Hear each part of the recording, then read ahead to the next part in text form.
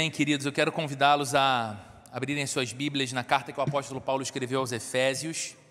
Nós vamos ler exatamente o mesmo trecho que lemos no último domingo. Nós vamos seguir o exame das Escrituras daquele trecho. Efésios, no capítulo 4, do versículo 25 até o versículo 32. Caso você esteja sem a sua Bíblia no seu celular, ou caso esteja sem a sua Bíblia de papel aí e prefira, você pode acompanhar a leitura. O texto vai ser projetado nessa TV aqui à minha esquerda. E você que acompanha a transmissão online vê também o texto sendo projetado aí em sua tela, juntamente com o tema da mensagem de hoje. Efésios, no capítulo 4, a partir do verso 25. A Bíblia fala assim: portanto, cada um de vocês deve abandonar a mentira e falar a verdade ao seu próximo, pois somos todos membros de um mesmo corpo. Quando vocês ficarem irados, não pequem.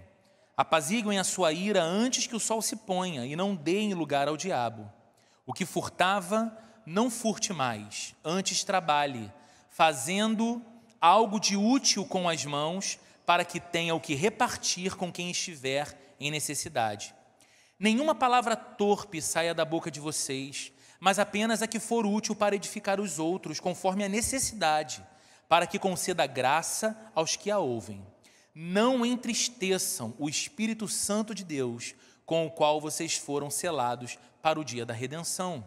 Livrem-se de toda amargura, indignação e ira, gritaria e calúnia, bem como de toda maldade. Sejam bondosos e compassivos uns para com os outros, perdoando-se mutuamente, assim como Deus os perdoou em Cristo. Vamos orar mais uma vez. Senhor, obrigado pela Tua palavra diante dos nossos olhos. Obrigado pelo grande privilégio que o Senhor nos concede de termos acesso ao texto sagrado. Obrigado, Senhor, pela consciência que o Teu Espírito gera em nós, de que a Tua palavra é geradora de vida verdadeira para a vida da gente. E o que nós te pedimos nessa manhã, mais uma vez, é aquele encontro sublime e transformador do nosso coração com a eterna verdade do Deus vivo. Fala conosco, Senhor. Troveja dos altos céus, do seu trono de glória, no íntimo do nosso coração, de modo que possamos ouvir, reconhecer o som da Tua voz e trilhar na direção do caminho que o Senhor nos aponta. Em nome de Jesus. Amém. Amém. Se você cresceu na igreja, algumas pessoas aqui tiveram essa experiência, né? Poxa, desde que nasci, eu cresci, fui criado no ambiente da igreja. Ou ainda que você não tenha crescido na igreja, mas talvez se você está envolvido há muitos anos com a igreja, é provável que você conheça várias músicas que nós cantamos para ensinar a Bíblia e para ensinar princípios da fé cristã para as nossas crianças. Quem aqui não reconheceria canções como Pedro, Tiago e João no barquinho no mar da Galileia? Quem aqui nunca ouviu, quem aqui nunca cantou para uma criança, ajudando assim uma criança a conhecer uma história linda da Bíblia? Quando discípulos de Jesus, pescadores que eram, passaram uma noite inteira pescando, sem nada conseguirem, até que Jesus vira-se para eles e diz: olha, lancem as redes do outro lado. E eles então têm uma pesca abundante, maravilhosa, ao ponto de quase as redes partirem. E a gente ensina através de uma canção que fica fixada essa história bíblica maravilhosa para as crianças. Quem aqui não conhece Não construa sua casa na areia? Não construa na beira do mar. Mesmo que pareça chique, é impossível que ela fique. A tempestade a vai derrubar. E a gente diz para a criança na música: a rocha é o lugar de construir, o alicerce forte que não vai cair. As tempestades vão e vêm, mas a paz de Cristo tu tens. E a gente ensina as crianças a compreenderem um princípio fundamental do cristão, tão fundamental que Jesus encerrou a sua principal pregação falando dele, o Sermão do Monte. Ele diz: quem ouve estas minhas palavras e as pratica é semelhante a esse construtor prudente, que construiu a sua casa não sobre a areia, mas sobre a rocha. E aí crianças pequenininhas vão entendendo esse princípio. Ou ensinamos às nossas crianças o valor da Bíblia para nortear a nossa vida, endireitar os nossos passos. Quem nunca cantou para uma criança, ou quem nunca viu a alegria de uma criança cantando, havia um homenzinho torto, que morava numa casa torta, andava no caminho torto, sua vida era torta, mas um dia o homenzinho torto, a Bíblia encontrou. E tudo que era torto, Jesus endireitou. E você começa a ensinar a criança pequena o valor da palavra de Deus para endireitar a vida, para corrigir a vida. Cantar a fé é algo bíblico. Cantar a fé é algo muito comum para os cristãos, e as músicas infantis têm esse poder de marcar a memória da gente. Marcar a nossa memória. Elas ficam fixadas, e tem uma dessas músicas que nós cantamos para as nossas crianças, muito conhecida e que tem a ver com a nossa conversa de hoje e que tem a ver com esse texto que nós estamos lendo hoje. E eu acredito que tão conhecida que é, você também já tenha cantado ela. Ela diz, eu não vou cantar para não estragar a sua experiência de culto, mas eu vou ler a letra e ela diz assim: cuidado olhinho o que vê, cuidado olhinho o que vê, o nosso Criador está olhando para você, cuidado olhinho o que vê. Cuidado, boquinha, o que fala. Cuidado, boquinha, o que fala. O nosso Criador está olhando para você. Cuidado, boquinha, o que fala. E ainda tem outra parte que é cuidado, mãozinha, o que pega. Cuidado, mãozinha, o que pega. O nosso Criador está olhando para você. Cuidado, mãozinha, o que pega. Essa música simples, essa música conhecida, ensina para a criança algo poderoso. Sabe o que ela ensina? Ela ensina que a fé em Deus deve se traduzir numa vida que procura honrar a Deus. Ela está ensinando que nós devemos honrar a Deus com aquilo que a gente vai permitir que os nossos olhos fixem a sua atenção. Então ela está dizendo ao coração de uma criança o seguinte: tenha zelo, tenha cuidado com aquilo que você vai deixar cativar o seu olhar, porque o seu Criador, o seu Deus está olhando para você. O seu Deus, o seu Criador está com você. Então cuide para que o seu olhar não se fixe em algo que te tome a visão do seu Deus que olha para você. Essa música ensina que nós devemos honrar a Deus com as palavras que saem da nossa boca. Por quê? Porque o nosso Criador, que nos criou para a sua glória, está perto, está olhando para nós, está contemplando as palavras que saem dos nossos lábios. Essa música diz que nós devemos honrar a Deus com aquilo que a mão da gente faz. Por quê? Porque o Criador está olhando para você, o Criador está olhando para mim. A gente canta, repete. Às vezes, alguns pais, como eu fazia com a Maria Luísa, cantavam essa música como canção de niná, porque ela vai repetindo e a criança vai se cansando e dorme. Só que ela fala de algo que às vezes nós nos esquecemos, adultos que somos, razão pela qual João Calvino, como eu citei aqui no domingo passado, dizia que o Evangelho não é doutrina de língua, mas doutrina de vida. Ou seja, cristianismo não é apenas uma coletânea de coisas que eu digo crer, mas é um molde estruturante da minha própria vida, como eu me comporto, como eu atuo na minha vida e nas atribuições que eu tenho. E é isso que o texto que nós estamos examinando desde o último domingo nos ensina também, que nós precisamos de uma fé fora da caixa, uma fé não limitada a esse lugar que a gente chama de religião. Nós precisamos de uma fé que é mais do que um discurso. Nós precisamos de uma fé que seja mais do que algo que se manifesta apenas quando eu estou na igreja. Queridos, cristianismo e moralismo são duas coisas completamente diferentes, certo? O moralismo ele vai dizer o seguinte: você tem que obedecer para ser amado. O moralismo vai dizer: cumpra as regras, obedeça à lei, seja amável, e então Deus vai te amar, então Deus vai te aceitar, então Deus vai te considerar filho.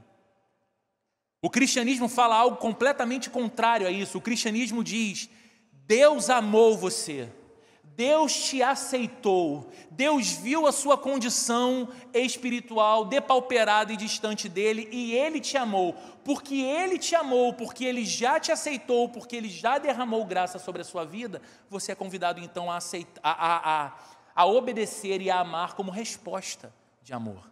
É isso que o cristianismo ensina. Mas a gente precisa lembrar que, embora cristianismo não seja moralismo, o evangelho tem sim o poder de transformar o caráter. O evangelho tem sim o poder de moldar o comportamento. E foi isso que nós começamos a ver aqui no último domingo, dando atenção para as palavras do apóstolo Paulo, especialmente a partir do verso 25, quando ele começa a falar sobre a necessidade de abandonar a mentira e se falar a verdade. Afinal, se nós nos identificamos com Deus, dizemos ser filhos de um Deus que é pura luz, pura verdade, pura santidade, nós não podemos carregar em nós, naturalizar em nós o comportamento da mentira, quando a Bíblia diz que o pai da mentira é o diabo, e não o nosso Deus. Paulo começa a tratar sobre esse aspecto de um cristianismo que é prático, quando ele vai nos dizer também nos versos anteriores, sobre o importante cuidado que nós devemos ter com o sentimento da ira. Cuidar para que a nossa ira seja uma ira justa e não pecaminosa.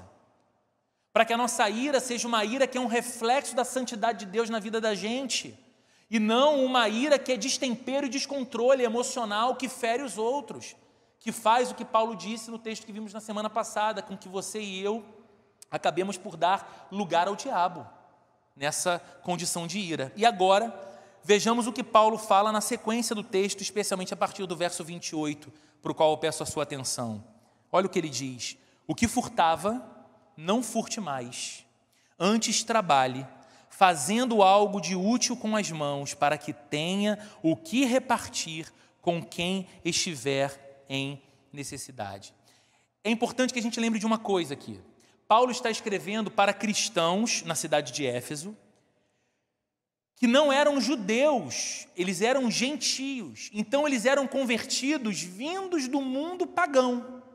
Essas pessoas não estavam familiarizadas, por exemplo, com os 10 mandamentos que Deus entregou a Moisés lá no Êxodo, que todo judeu conhecia tão bem e repetia tão bem. Esses crentes convertidos a Jesus na cidade de Éfeso, vindos do paganismo, eles não eram familiarizados com esses princípios da lei que Deus entregou ao seu povo através de Moisés. E aqui nesse verso 28, o apóstolo Paulo faz uma clara alusão ao 8º mandamento da lei. Qual era o mandamento? Não roubarás. E esse mandamento ele tem uma aplicação muito ampla, porque o mandamento não roubarás não trata apenas sobre o furto do dinheiro, ou o furto, o roubo do bem de outra pessoa, mas o mandamento trata também sobre sonegação. O mandamento é tão abrangente que nele cabe o cuidado quanto à supressão de direitos essenciais. O mandamento se aplica quando empregadores oprimem seus empregados. O mandamento se aplica quando empregados não fazem o seu trabalho como deve ser feito, o fazem com descaso, o fazem relaxadamente. Debaixo de esse guarda-chuva amplo, não roubarás, cabe tudo isso. Você não vai roubar o direito do outro, você não vai roubar a dignidade do outro, você não vai roubar o tempo que é do outro. E era a respeito de tudo isso que a lei de Deus tratava, mas agora, veja, Paulo não está somente reforçando as proibições do mandamento. Paulo agora está também enfatizando o aspecto positivo do mandamento, porque ele não apenas diz, aquele que furtava não furte mais. Ele diz, aquele que furtava não furte mais, antes trabalhe. E trabalhe com que objetivo? Com o objetivo de fazer com as próprias mãos aquilo que é bom. Então veja, queridos, Paulo vai construindo seu raciocínio sempre com esse tripé, quase que tese, síntese, antítese. Ele coloca primeiro o aspecto negativo, não faça isso, o aspecto positivo, no lugar faça isso, e depois, em terceiro lugar, ele diz a razão. Por que eu devo deixar de fazer aquilo e fazer isso? Ele vem fazendo dessa forma desde o verso 25 e a mesma coisa agora aqui no verso 28. Então veja, não basta que o ladrão pare de roubar. Não basta que o corrupto abandone a corrupção. Não basta que o empregador deixe de oprimir os seus funcionários, deixe de suprimir os direitos dos seus funcionários. Não basta que o empregado deixe de ser um parasita, que fica ali ocupando o lugar, tentando sempre fazer o mínimo do mínimo possível para manter as coisas como estão, e o seu emprego e o seu salário no lugar.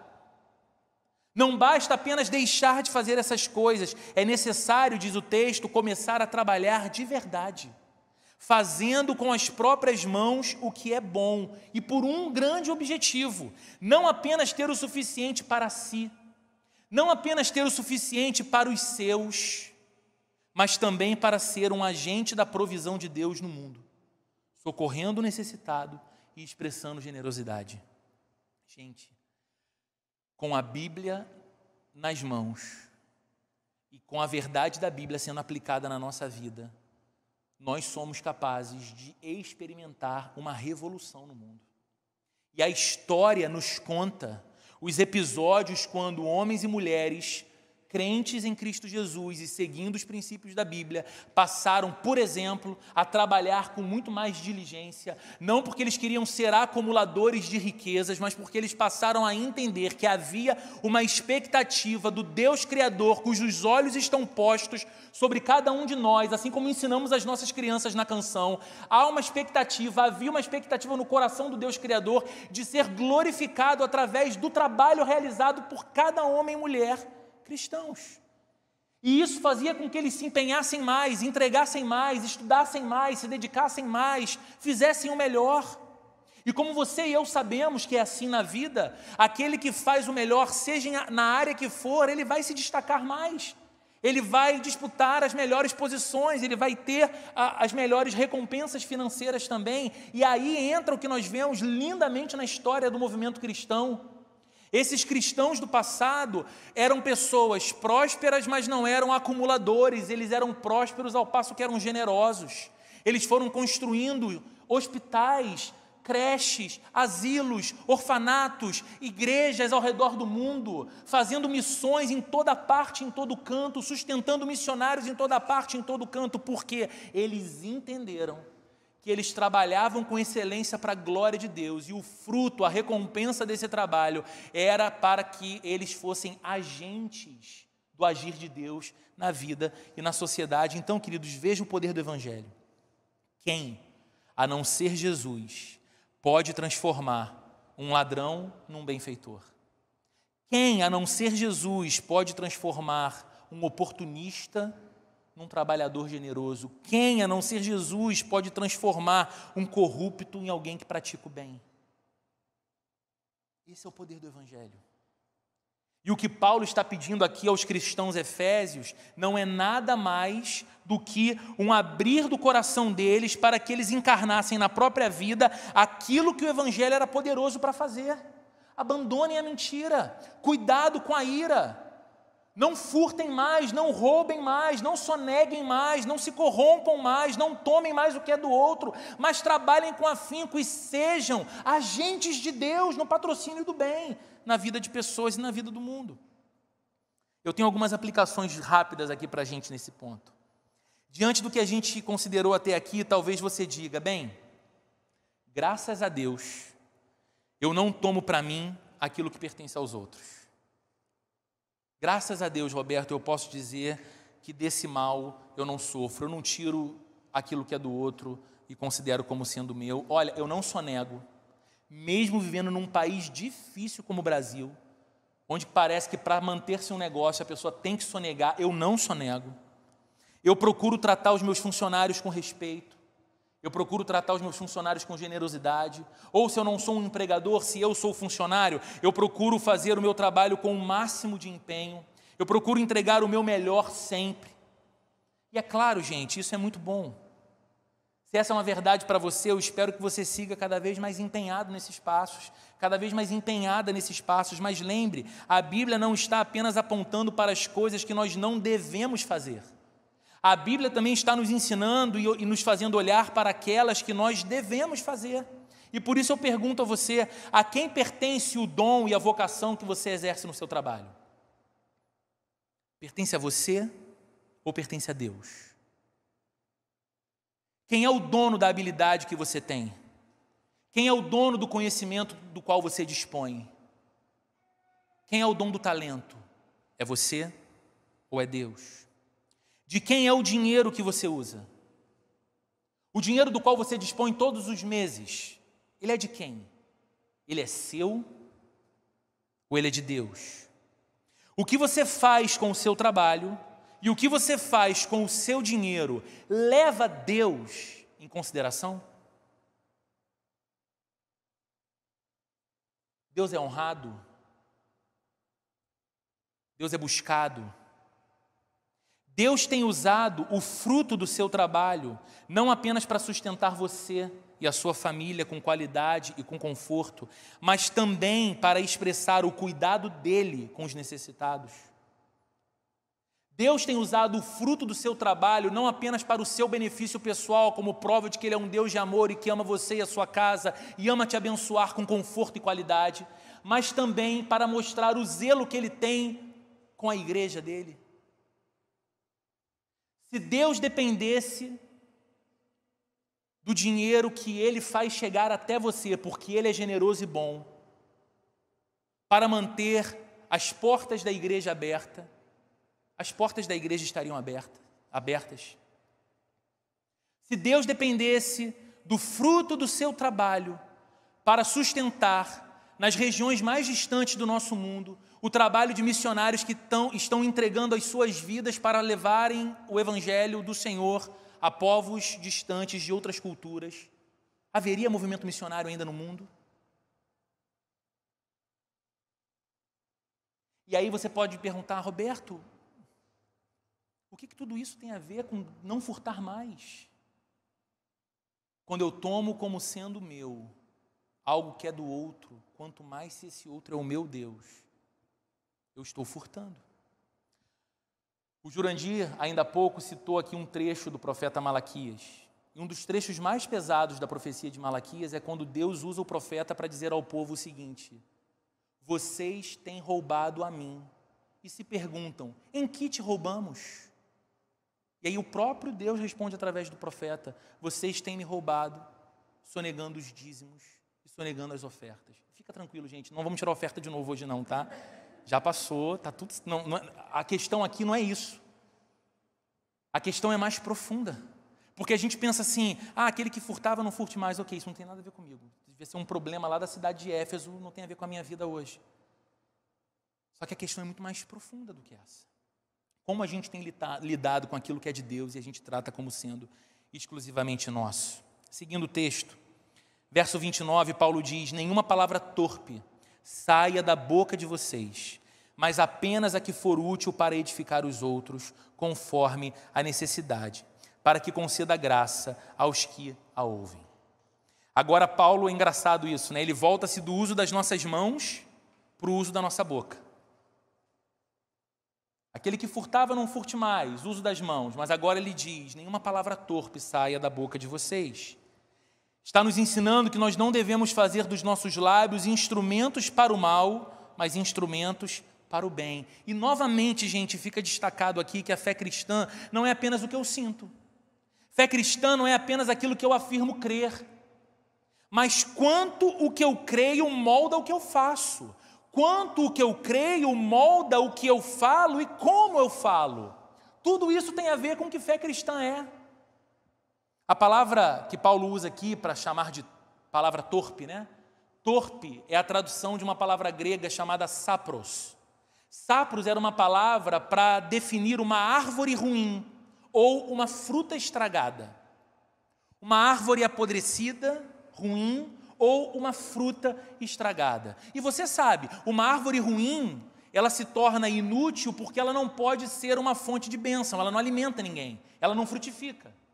Você sabe como que uma fruta estragada é terrível, porque além de ter um gosto horroroso, diferente da fruta boa, ela pode fazer mal. Ela pode nos fazer terrivelmente mal. E o que Paulo está ensinando aos Efésios aqui, e também a nós, é que existe uma estreita relação entre o nosso coração e os nossos lábios.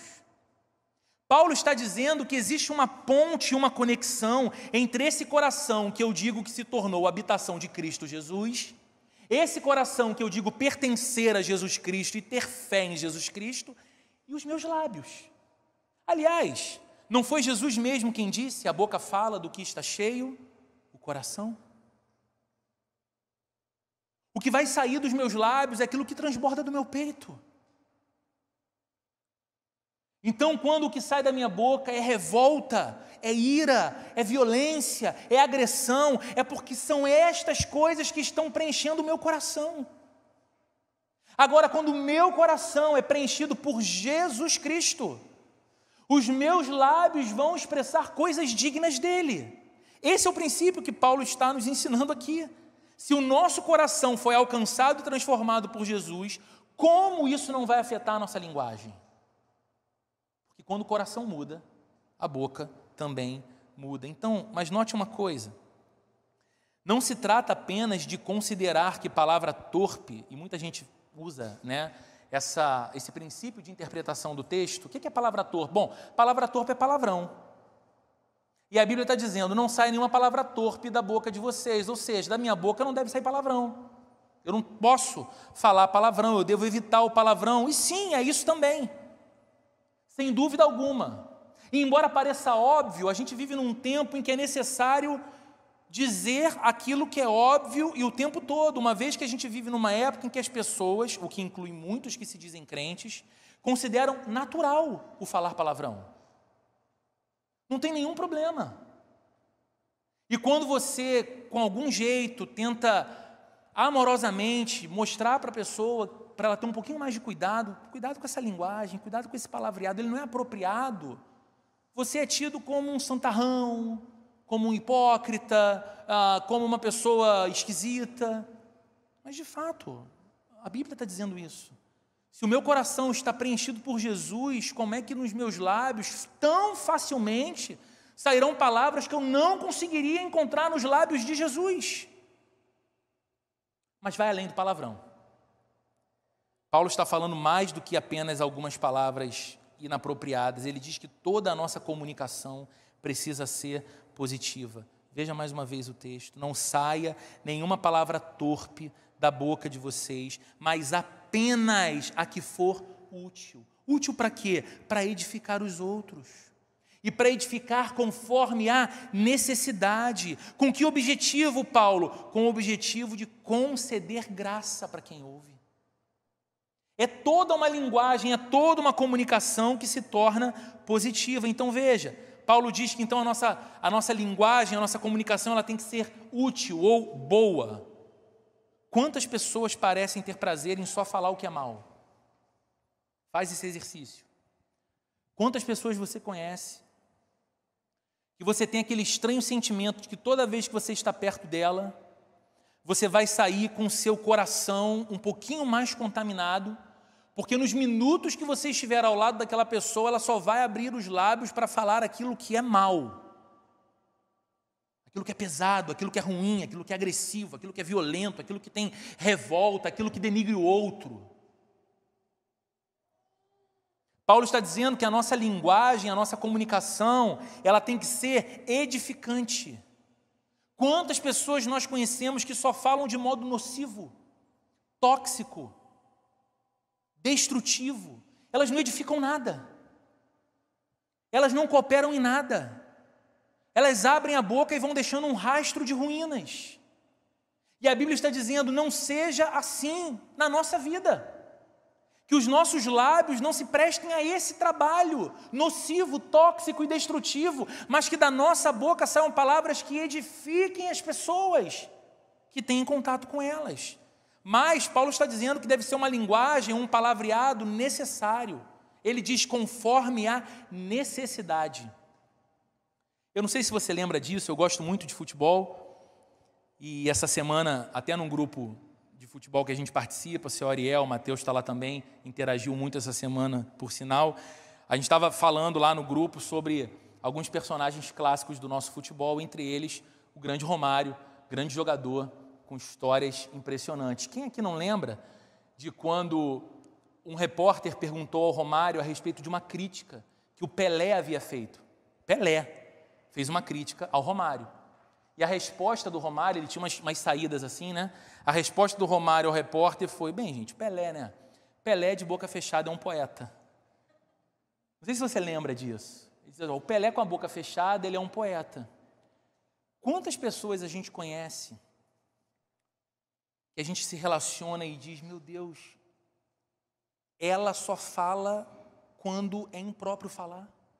Ele escolhe a hora menos apropriada, então ele abre a boca e fala, é completamente desnecessário. E a nossa vontade era dizer assim, gente, com a boca fechada ia ser um poeta, lindo, né? Mas abriu a boca, ele está levando esse desconforto enorme. Paulo está falando que a nossa linguagem precisa ser transmissora de graça.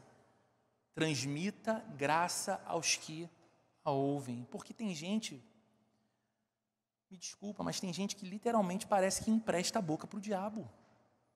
Ao invés de serem palavras graciosas, são palavras malignas. Malignas.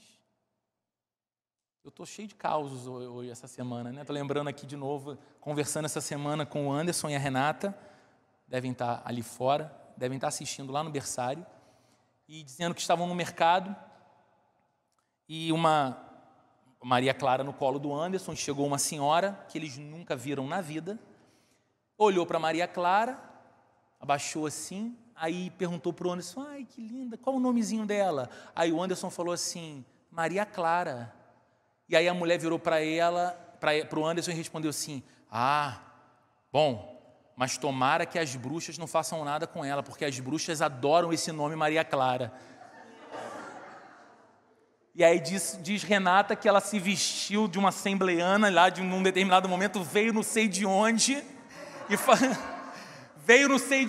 virou para a mulher dizendo assim, está repreendido em nome de Jesus, porque Maria Clara é lavada no sangue do Cordeiro. Eu falei, nessas horas, só faltou o sapateado no mercado. Mas você olha e fala, qual a graça que é numa palavra dessa? No mercado, uma criança linda, você abre a boca para falar um negócio terrível daquele? E gente, tem gente que é descuidada mesmo, e só abre a boca para destruir. Se somos verdadeiramente uma nova criação de Deus, nós desenvolveremos de modo inevitável novos padrões em nossa comunicação e novos padrões em nossa linguagem, gente.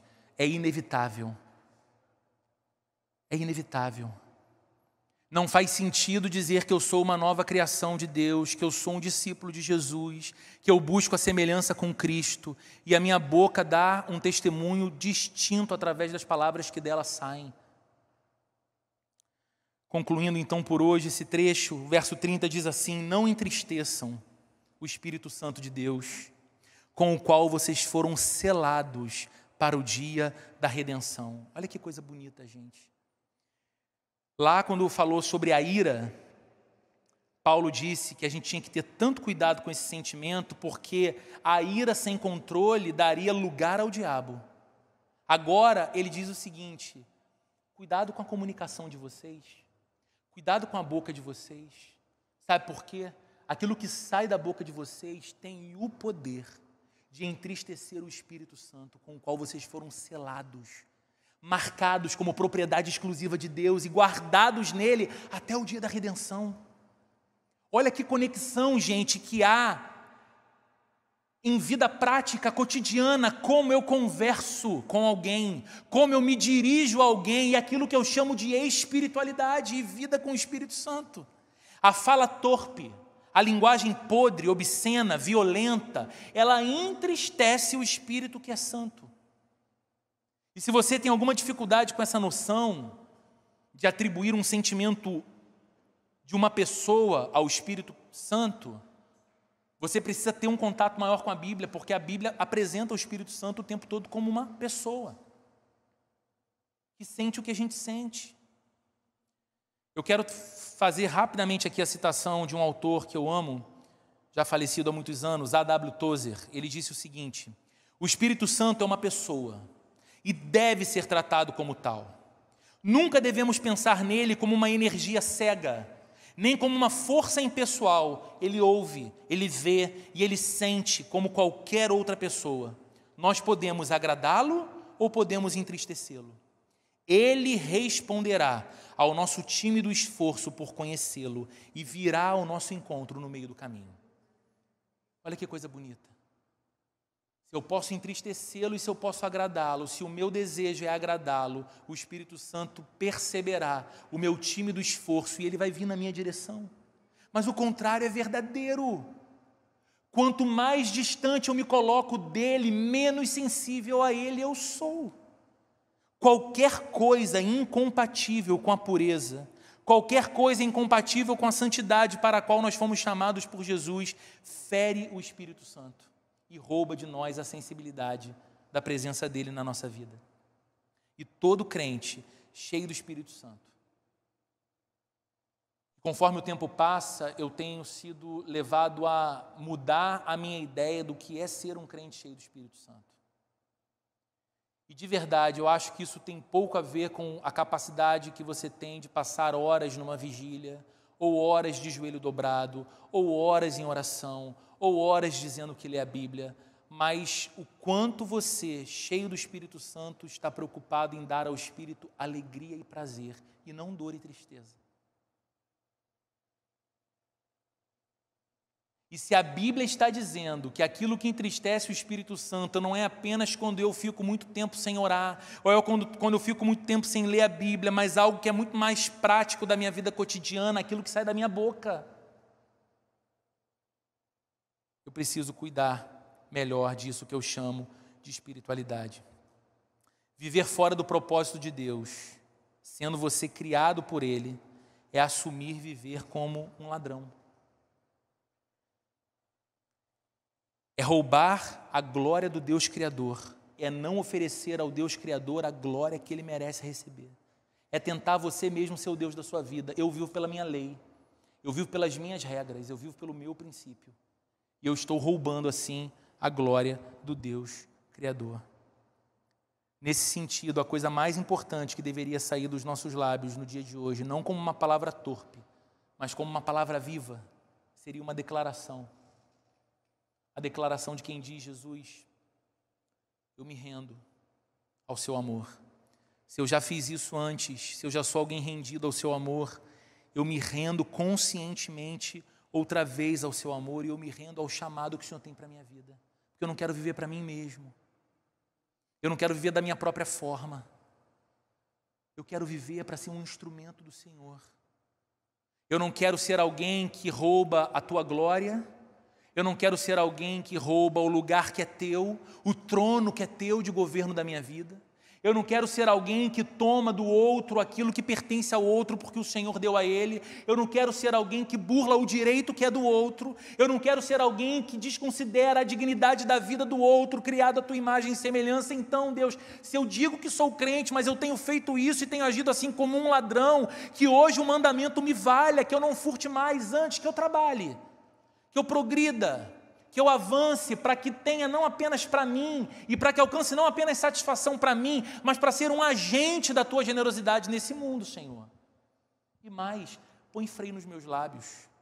Que a gente encerre esse domingo com a oração do salmista que disse que as palavras dos meus lábios e o meditar do meu coração sejam agradáveis a ti, Senhor, rocha minha e meu libertador.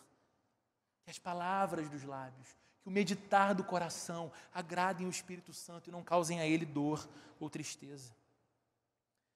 Que nós possamos hoje dizer ao Senhor que nós queremos ser uma habitação para o Espírito dele.